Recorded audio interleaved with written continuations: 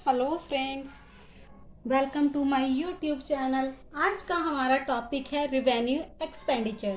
Revenue expenditure क्या होते हैं और ये बिजनेस में क्यों किए जाते हैं, इसके बारे में आज हम जानेंगे इस वीडियो के ज़रिए कि रिवेन्यू एक्सपेंडिचर होते क्या हैं। फ्रेंड्स, आज की इस वीडियो में हम जानेंगे कि रिवेन्यू एक्सपेंडिचर क्या है और हम किसी भी एक्सपेंडिचर को कैसे पहचानते हैं, क्योंकि एक्सपेंडिचर दो तरह के होते हैं, एक कैपिटल एक्सपेंडिचर और एक रिवेन्यू एक्सपेंडिचर। क्या रिवेन्यू नेचर का होता है और एक कैपिटल नेचर का होता है। लास्ट वीडियो में हमने कैपिटल एक्सपेंडिचर के बारे में डिस्कस किया था। अगर आपने वो वीडियो नहीं देखी है तो आप मेरे चैनल पर जाकर उसे देख सकते हैं और कैपिटल एक्सपेंडिचर के बारे में जान सकते हैं।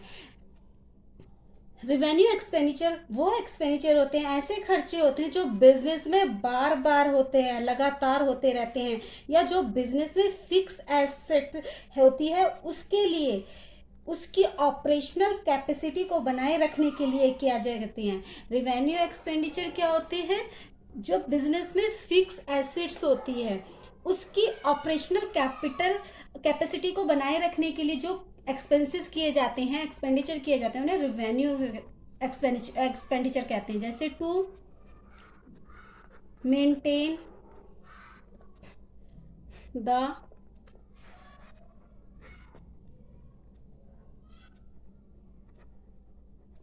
Operational capacity of fix assets. Means जो खर्चे बिजनेस में ऑपरेशनल कैपेसिटी फिक्स एसेट्स की क्या होते हैं, उसके रख रखाव में किए जाते हैं, उसको हम क्या बोलते हैं? रिवेन्यू एक्सपेंडिचर बोलते हैं। इसके बाद आता है not create any assets. Not create any assets, ये खर्चे बिजनेस में एसेट्स तो क्रिएट नहीं करते। ये खर्चे क्या होते हैं? ये बिजनेस में एसेट्स क्रिएट नहीं करते, लेकिन यह बार बार होते रहते हैं या इन्हें बार बार करना पड़ता है।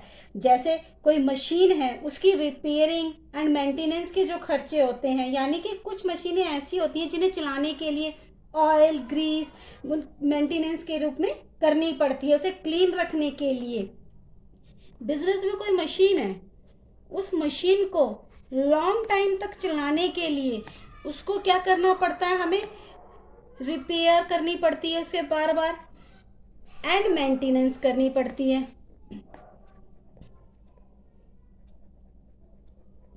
मेंटेनेंस मेंटेनेंस मेंटेनेंस में क्या हो जाता है?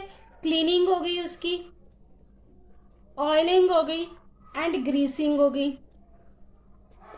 ये सब क्या होती है? मेंटेनेंस होती है। एक मशीन के रख रखाव में जो भी एक्सपेंसेस होते हैं उन्हें रिवेन्यू एक्सपेंसेस बोलते हैं। एक मशीन को क्या है, जब मशीन चलती रहती है तो उसे ऑयल की जरूरत पड़ती है, ग्रीसिंग की जरूरत पड़ती है, एंड उसे नीट एंड क्लीन रखने के लिए ये सब कुछ करना पड़ता है। तो ये जो भी एक्सपेंडिचर इनमें आते हैं इन्हें क्या बोलते हैं? हम रिवेन्यू एक्सपेंडिचर। इसीलिए कैपिटल एक्सपेंडिचर और रेवेन्यू एक्सपेंडिचर को अलग रखा जाता है।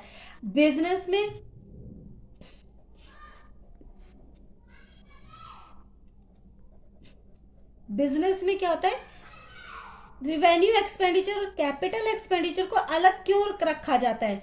इससे क्या होता है कि रिवेन्यू एक्सपेंडिचर से और कैपिटल एक्सपेंडिचर से हमें क्या पता लगता है कि बिजनेस में क्या नेट प्रॉफिट हुआ है या हमारी फाइनेंशियल पोजीशन क्या है। ये सब क्या है? इन एक्सपेंडिचर को रखकर हम पता लगाते हैं कि भी हमारे बिजनेस में नेट प्रॉफिट क्या है या हमारी फाइनेंशियल स्टेट पोजीशन क्या है। टू कंपेयर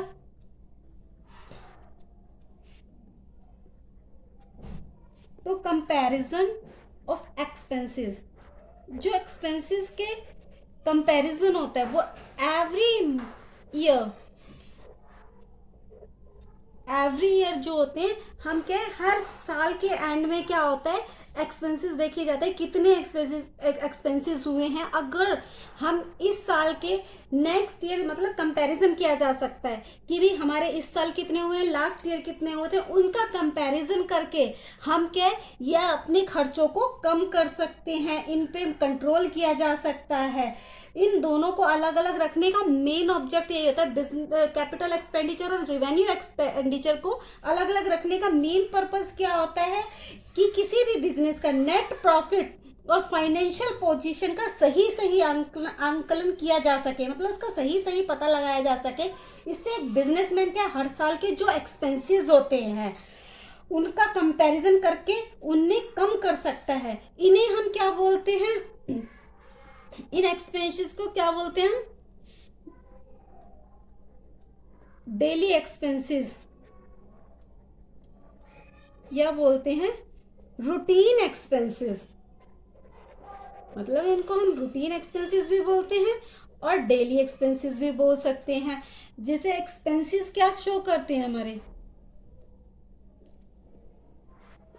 एक्सपेंसेस शो करते हैं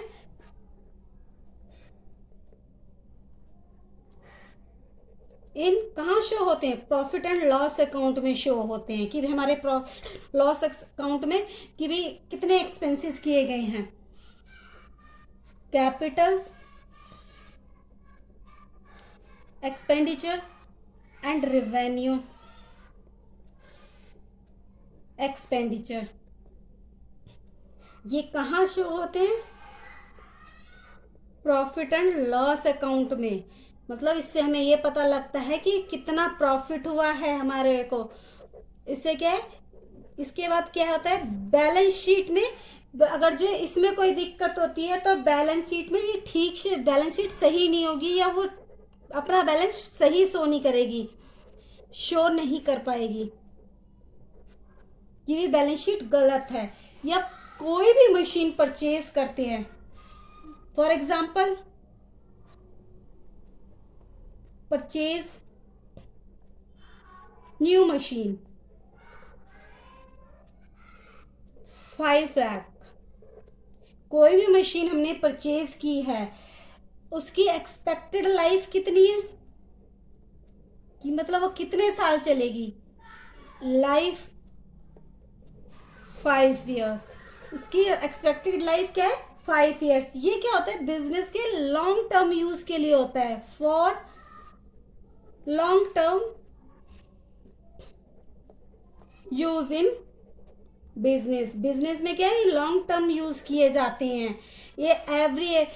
तो ये कौन से एक्सपेंसेस होते हैं, उस एक्सपेंसेस को हम किस चीज में लिखेंगे, इस पे जब मशीन चलेगी तो उस पे एक्सपेंसेस भी होगा, उसे हम क्या बोलते हैं, डेप्रीशिएशन।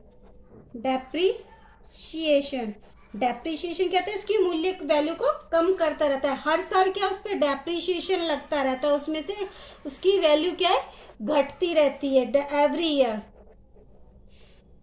इसको क्या करते हैं, ये इसका डेप्रीशिएशन किससे लगता है, इसका एक रेट ऑफ इंटरेस्ट होता है, रेट ऑफ डेप्रीशिएशन। ये क्या होता है, ये प्रॉफिट एंड लॉस अकाउंट की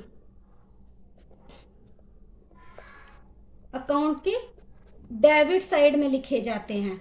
डेप्रीशिएशन कहाँ जाता है, प्रॉफिट एंड लॉस अकाउंट की डेबिट साइड में लिखा जाता है। ये इससे क्या होता है, रिवेन्यू एक्सपेंडिचर बोलते हैं। ये सारी चीजें क्या होती हैं, हम क्यों अलग अलग करते हैं, हम इसलिए अलग अलग करते हैं रिवेन्यू एक्सपेंडिचर और कैपिटल एक्सपेंडिचर को, ताकि हम अपने बिजनेस की फाइनेंशियल पोजीशन का ठीक से पता लगा सकें। दोस्तों आज की वीडियो में बस इतना ही। यह वीडियो रिवेन्यू एक्सपेंडिचर के बारे में थी। अगर आपको अच्छी लगी हो तो मेरे चैनल को लाइक और सब्सक्राइब जरूर करें। Thank you friends.